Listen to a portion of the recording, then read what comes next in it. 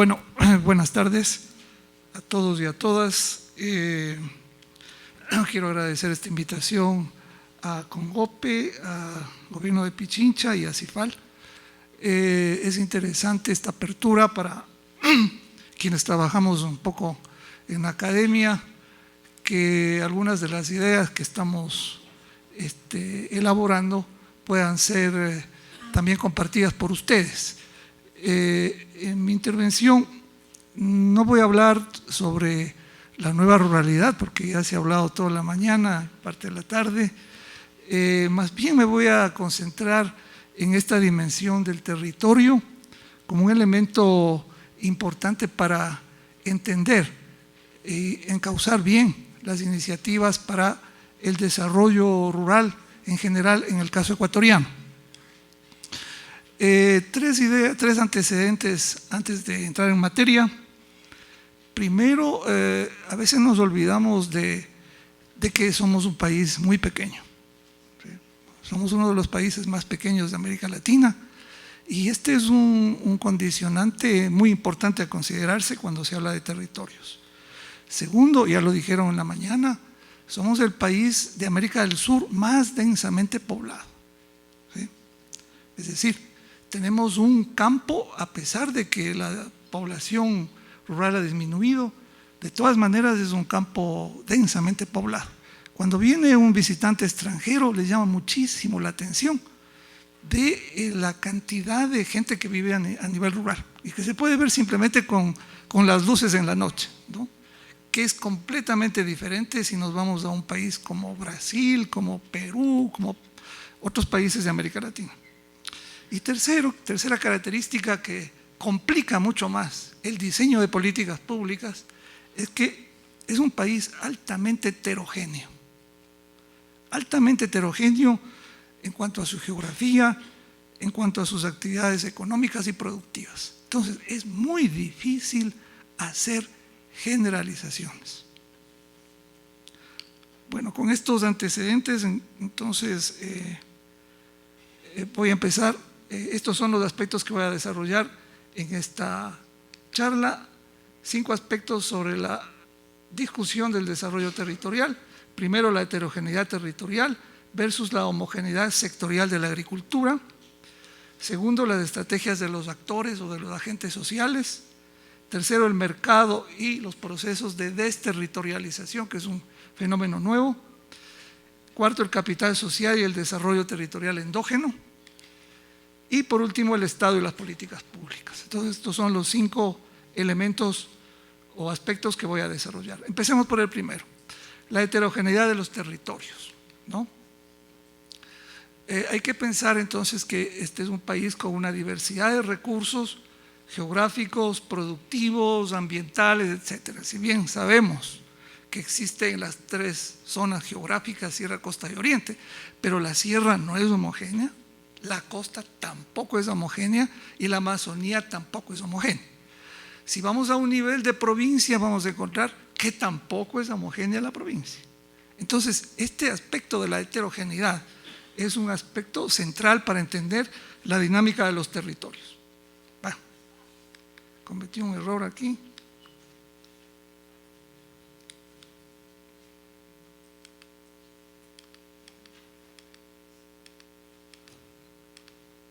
En segundo lugar, la diversidad de actores sociales que está en el territorio. Ojo con este problema. Si estamos pensando que en los territorios rurales solo existen campesinos. Esto no es cierto. Esto no es cierto. Existen asalariados rurales, ¿sí? Y que van creciendo cada vez más. Los asalariados rurales son actores invisibilizados en las políticas públicas en este país. Los hemos dejado ahí sueltos. Es que son hijos de campesinos. No, pero su relación de trabajo pasa por la relación capital-trabajo. Y eso es lo que determina su situación. En los territorios existen empresarios. ¿Sí? No hay que pensar, no conozco territorios donde existan solo campesinos. Existen agricultores familiares, existen agricultores medios, es decir, hay una variedad de actores sociales que tienen intereses en ese territorio, ¿sí? Y que no los podemos poner en igualdad de condiciones en una mesa de concertación, como se decía hace unos 10 o 20 años, a que arreglen sus problemas. Porque cuando van a la mesa de concertación, los campesinos pobres o los asalariados no tienen ningún poder económico y político para proponer o para hacer contrapeso al peso que tiene, por ejemplo, una Cámara de Agricultores en un territorio determinado. Entonces, esto es un elemento que nos estamos olvidando. Hay diversos tipos de organización social, ¿sí? No hay solo comunidades, hay asociaciones, hay barrios ahora. Hay comunidades que han desaparecido, ya no quieren ser comunidad, ¿sí? Quieren ser barrios. Aunque el summa causa y diga que existen las comunidades como un elemento fundamental, prioritario, no hemos estudiado hasta qué punto esas comunidades funcionan como tales.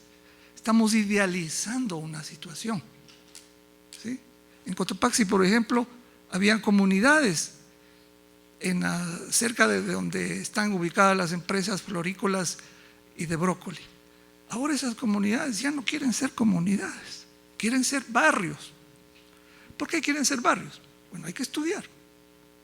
Seguramente porque es más útil para ellos ser barrios para utilizar, para ser favorecidos de las políticas de los gobiernos locales, a lo mejor.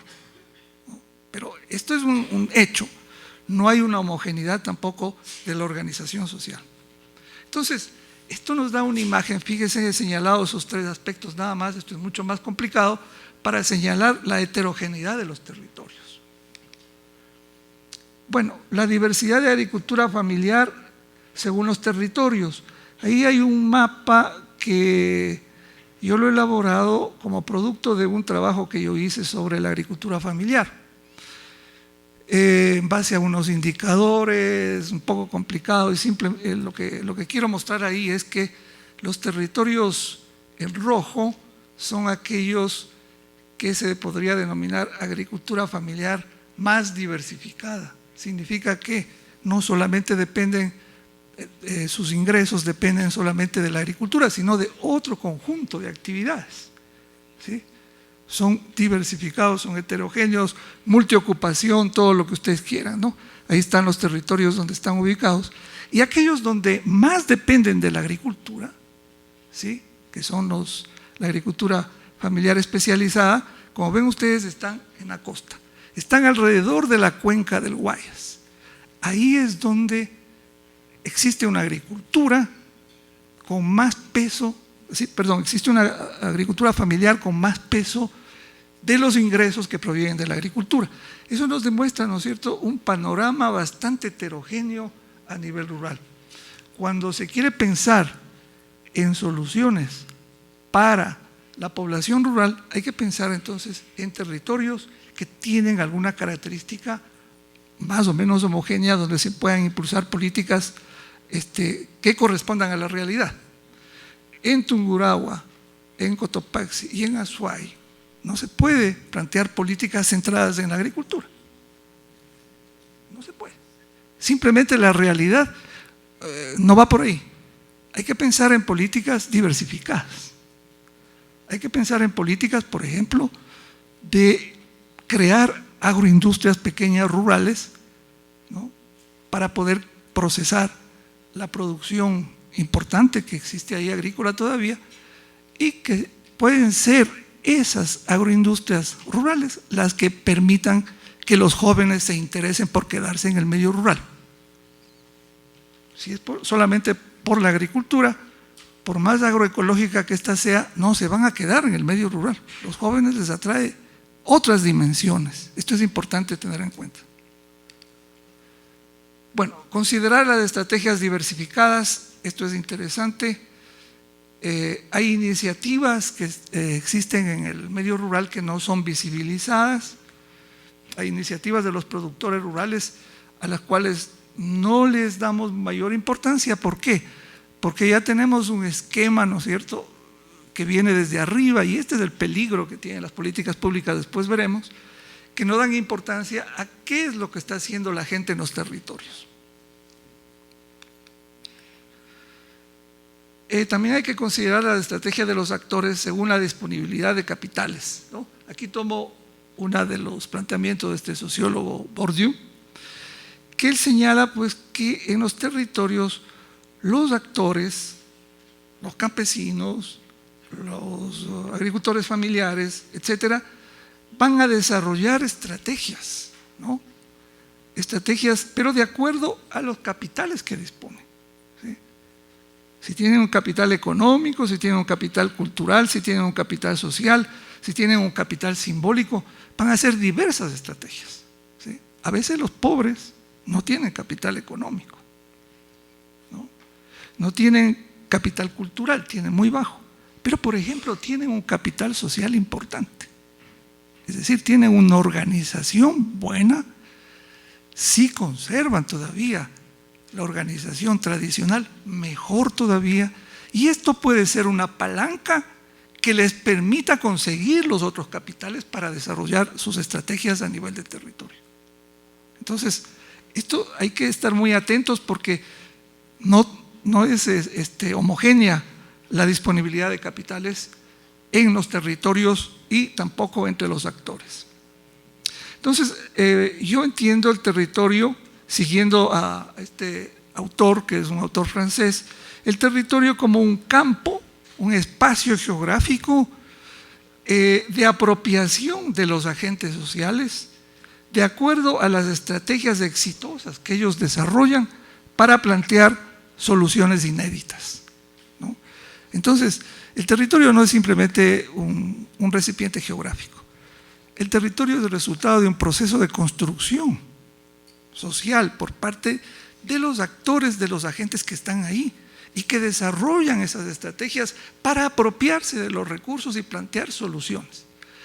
Esto, por supuesto, es complicado que lo pueda procesar ni Semplades ni el ministerio, porque es muy complicado, pero sí lo puede procesar los gobiernos locales, sí lo puede procesar las juntas parroquiales, sí puede procesar esto los gobiernos provinciales, porque están mucho más cerca de los actores y pueden tener un acercamiento para ver, mire, aquí hay un territorio, ¿no es cierto?, que es el territorio de la producción de leche y que aglutina 5 parroquias, ese es un territorio, y que tienen estrategias comunes y que tienen planteamientos y demandas interesantes. Entonces yo puedo procesar ese territorio y que tiene la ventaja de tener un capital económico porque tienen terrenito, tienen tierra, están dedicados a la producción de leche, pero les hace falta, por ejemplo, ¿qué?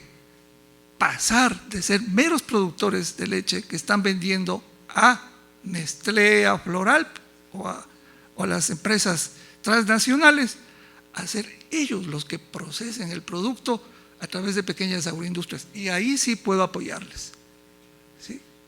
Entonces esa lectura es la que hace falta en los territorios.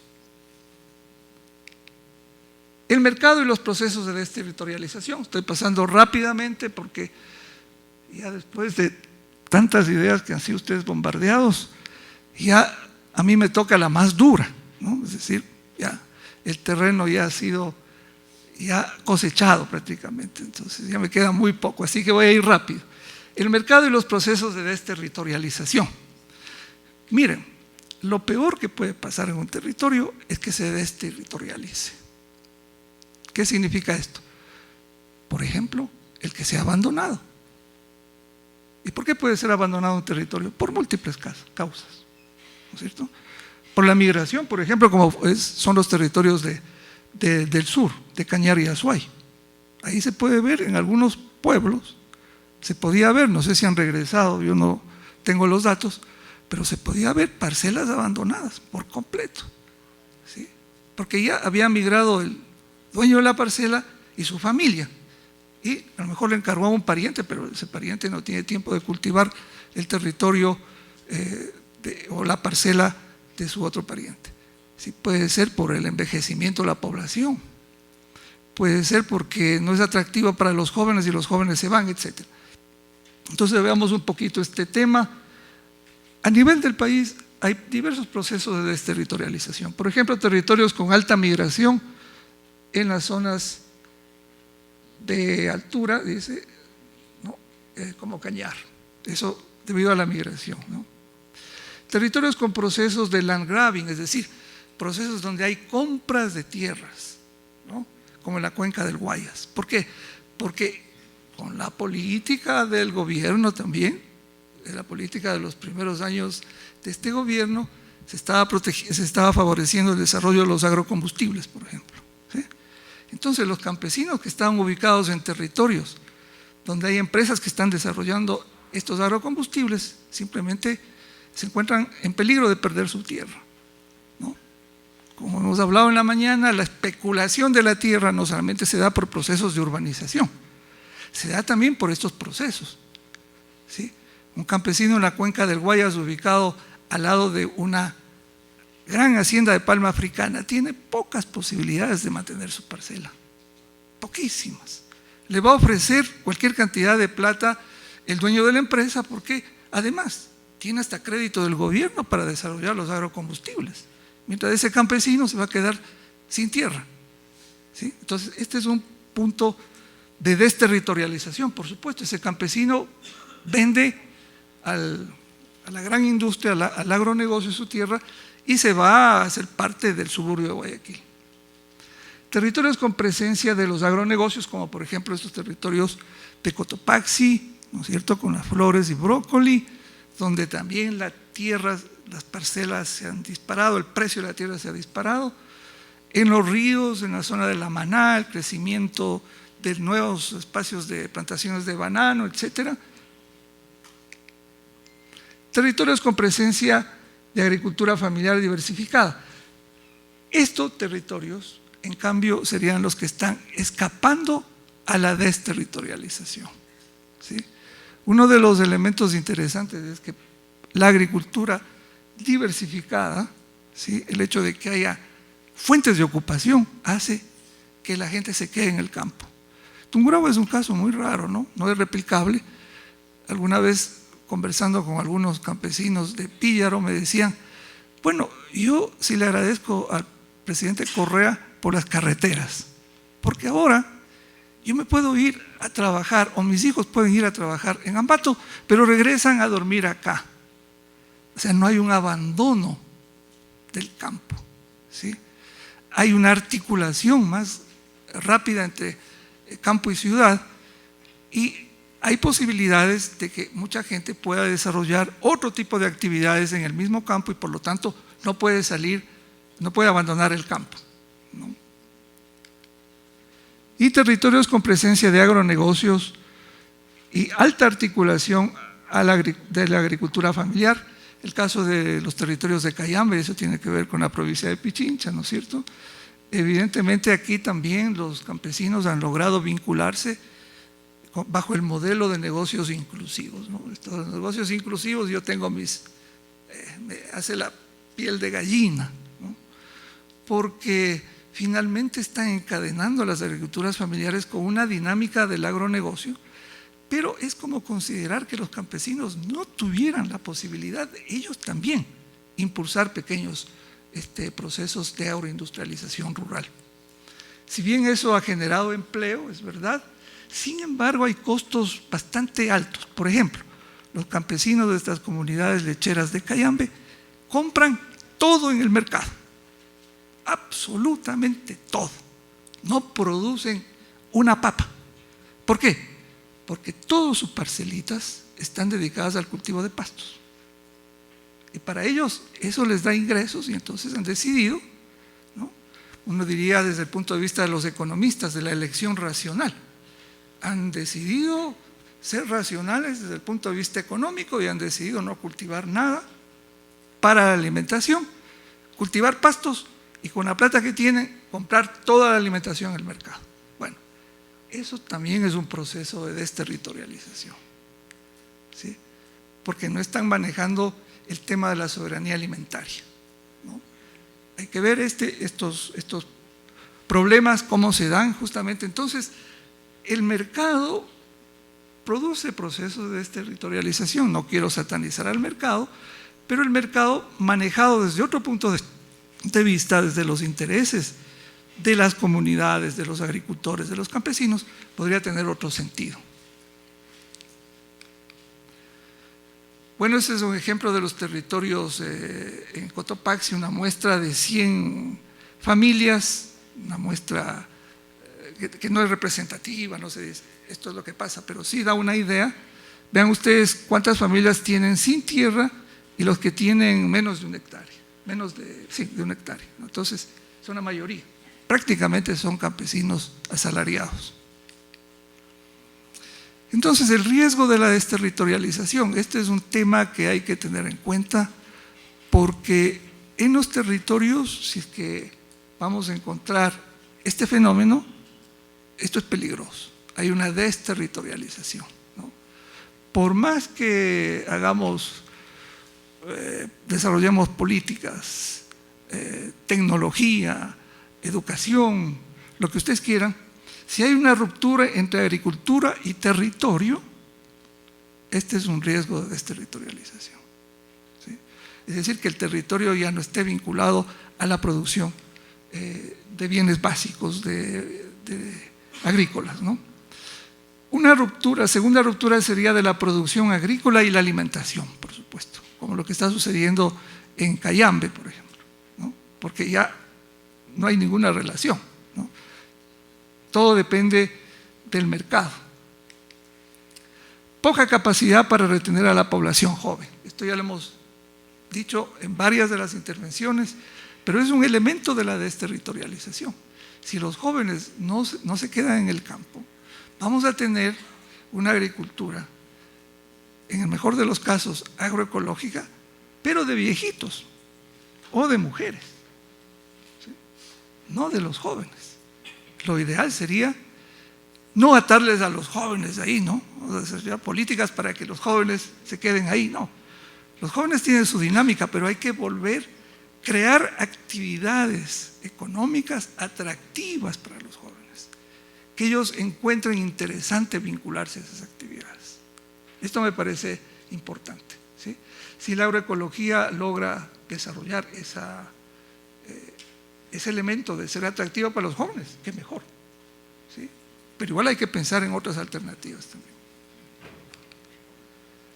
Pérdida de los rasgos culturales y socioeconómicos. Por supuesto, esto se ve en el campo, ¿no es cierto? Que las comunidades, los hijos sobre todo, ya no tienen nada que ver con las prácticas ancestrales, ni con la mamapacha, ni con el buen vivir, ni con nada de lo que nosotros creemos que existe en el campo. Muchos jóvenes nos ven, nos miran algo asombrados, ¿no? Ustedes se volvieron ahora mamapachistas, no nos dice nada eso, ¿no? O nos dice muy poco. Crisis de los modelos de organización tradicional. Esto también es un problema que nadie quiere ver. Este es como el avestruz, ¿no? Cerramos los ojos y no queremos ver, pero es una realidad. Hay un problema de crisis de las comunidades, hay un problema de liderazgo que no es muy enraizado en las comunidades, hay problemas de falta de representatividad, ya no se practican las relaciones de reciprocidad, o muy rara vez. La minga es obligada, hay que pagar, se imponen multas para que vayan a la minga. Es decir, hay un vacío de capital social, de organización social tradicional.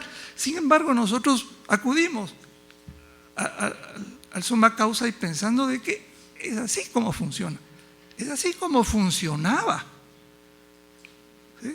Yo digo que esto se ha ido deteriorando por lo menos desde los años 50 del siglo pasado. ¿Sí? Entonces la pregunta es ahí, ¿cómo fortalecer eso? ¿No? ¿A través de qué política se puede fortalecer? ¿A través o cómo podemos reemplazar con otro nivel, otro tejido de organización social? La reterritorialización, entonces esto es hacia dónde hay que ir. Si hay territorios que se están desterritorializando, es importante reterritorializarles. Y para eso creo que es importante fortalecer el capital social. Ya ven ustedes mi beta, yo soy sociólogo, entonces camino por ese andarivel. Creo que es central que los campesinos, los pobres, los habitantes más pobres del medio rural tengan una fortaleza organizativa, porque es lo más fácil, eso no les cuesta nada. Y eso puede dar pie para lograr avanzar. La pregunta que hay que hacerse en los territorios, en cada uno de los territorios es: ¿para qué somos buenos? ¿Para qué somos buenos? ¿Sí? En algunos territorios nos van a decir: bueno, nosotros éramos buenos en esto, podremos recuperar eso. Y ahora somos buenos, como dicen siempre me cuenta esto mi amigo Francisco Ron del CAP, de que él cuando se va a Zumbagua, lo que ve ahí es una discoteca de rock duro, donde los jóvenes indígenas están ahí divirtiéndose. Y dicen: somos buenos para bailar rock duro. Bueno, eso es desterritorialización. ¿Sí? Bueno, y yo pienso que hay que tratar de impulsar alternativas de reterritorialización económica, fortaleciendo la agricultura y ganadería familiar, la pluriactividad, por supuesto, la artesanía, el patrimonio local, el turismo. A mediodía estábamos hablando en el almuerzo de esta alternativa del turismo, que a veces se plantea como una solución mágica. No es tan mágica, hay territorios que pueden implementar esto, otros territorios no, tienen otras alternativas. Y las alternativas de mercado que la compañera que me antecedió en la palabra ya planteó, ¿no? Esto de los mercados de proximidad, los circuitos de proximidad, que son alternativas importantes para fortalecer el territorio, ¿no? Entonces,